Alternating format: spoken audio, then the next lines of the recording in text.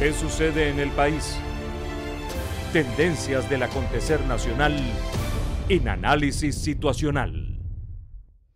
Te preguntaba sobre los escenarios.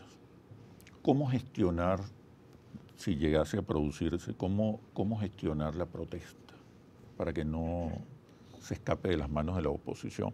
Es más, si no hubiese protesta también, ¿cómo gestionar la falta de movilización? Mira, yo creo que en todo caso es una responsabilidad principalísima del gobierno, es una responsabilidad de quienes tienen a su cargo las instituciones del país, evitar que la confrontación que hoy tiene Venezuela pueda terminar en hechos de violencia o de confrontación que no son buenos para nadie.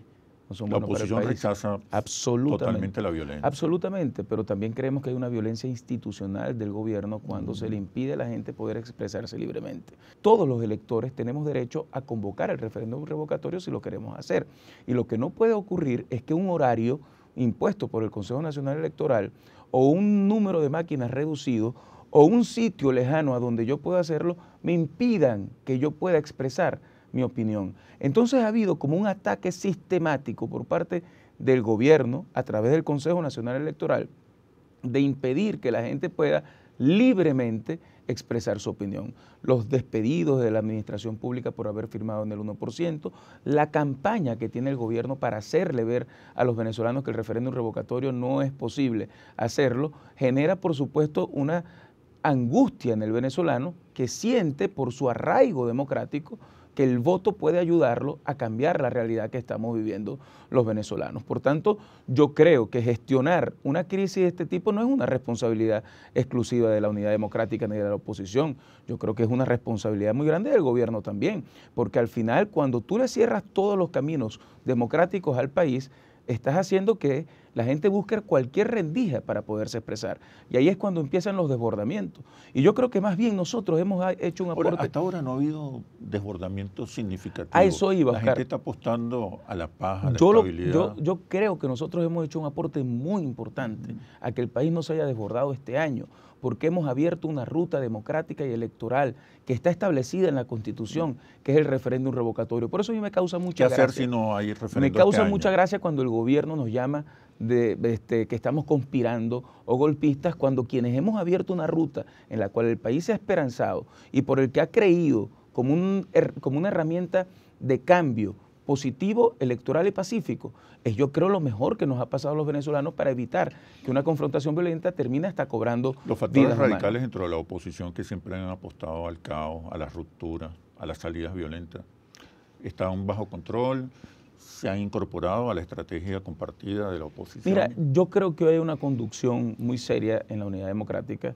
Creo que la conducción de los principales partidos de la unidad ha hecho que se actúe con mucha racionalidad, con mucha madurez, con comprensión del momento histórico que estamos viviendo, sin claudicar en ninguna de nuestras ideas, sin renunciar a que el referéndum revocatorio se pueda llevar a cabo este año, pero entendiendo que este camino que está lleno de obstáculos puestos por el gobierno es un camino de mucho sacrificio, pero es el camino más seguro. A veces hay quienes han querido imponer caminos que son como cortoplacistas o como querer cambios inmediatos que lo que generan es más bien mucha frustración, generan un daño al país en términos generales y lo peor de todo, genera que este modelo económico se haya mantenido durante tanto tiempo y este sistema de gobierno.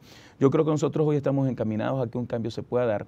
Yo no tengo la menor duda. ¿Qué garantías tienen los adversarios de la oposición? ¿Qué garantías tiene el chavismo de que puedan sobrevivir, continuar y convertirse en una alternativa también? Porque la oposición habla de salida, de ruptura, desplazamiento, cambio, pero poco se habla de alternancia, cohabitación, convivencia, garantías.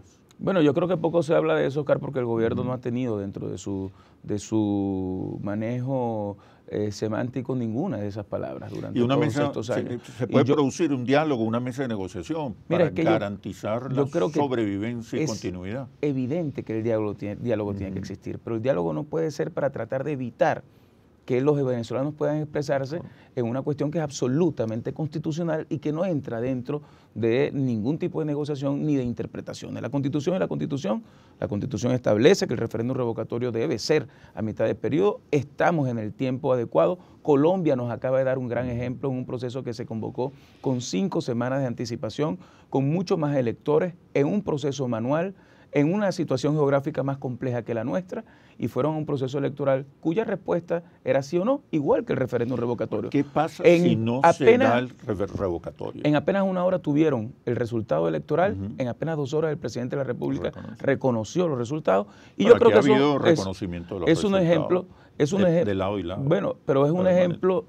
Hay reconocimiento en principio y luego hay un ataque sistemático a las instituciones, como lo que ha ocurrido con la Asamblea Nacional.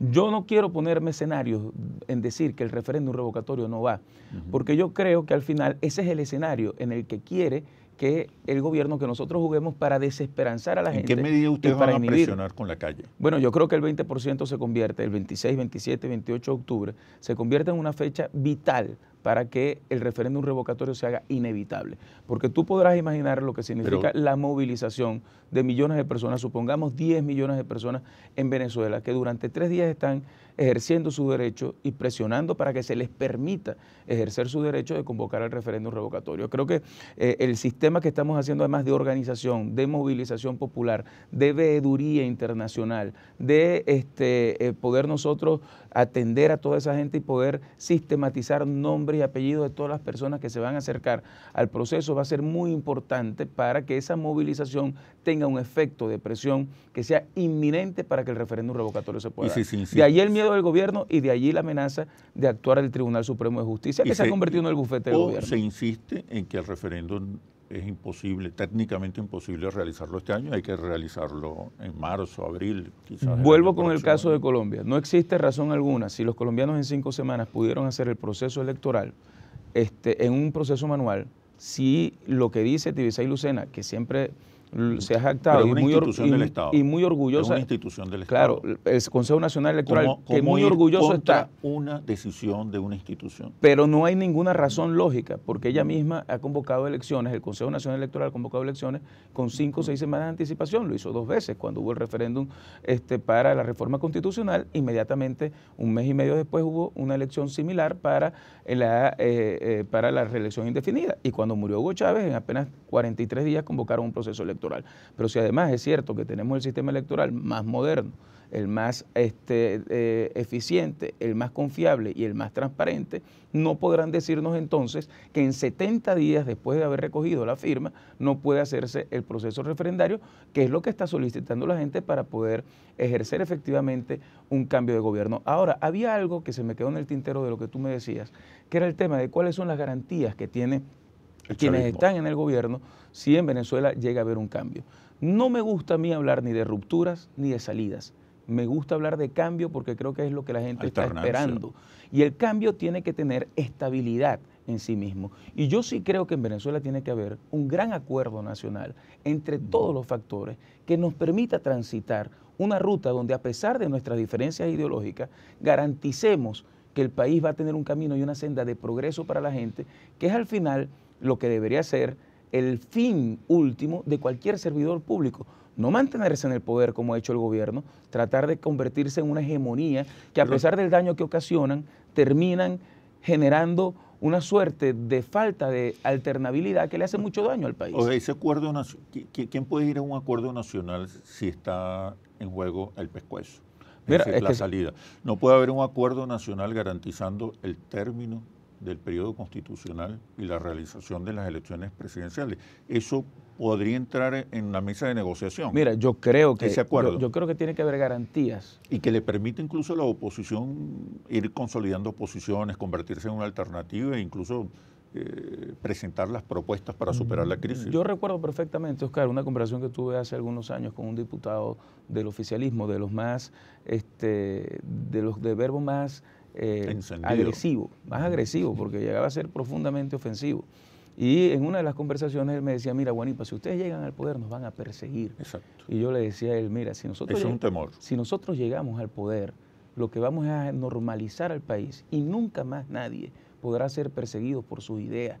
Y yo creo que eso tiene que ser un mensaje que tenemos que darle a todos los venezolanos, porque a veces algunos radicales de lado y lado, de aquel lado que tiene el poder, que utiliza ahora el SEBIN sin orden judicial y sin orden de fiscalía para perseguir a quien piensa distinto, entonces genera como una suerte de odio en algunos otros sectores que pretenden que cuando esto cambie debemos hacer lo mismo. Eso es un En peligro. una crisis como la que está teniendo Venezuela, entrar en un proceso de pase de factura es lo peor que le puede pasar a los venezolanos. Yo no ¿Y creo por qué en no eso. entrar en una fase de negociaciones que son prolongadas, complejas, y esperar las elecciones presidenciales del 2019? Porque la del crisis, 2019, porque la crisis del social, 2018.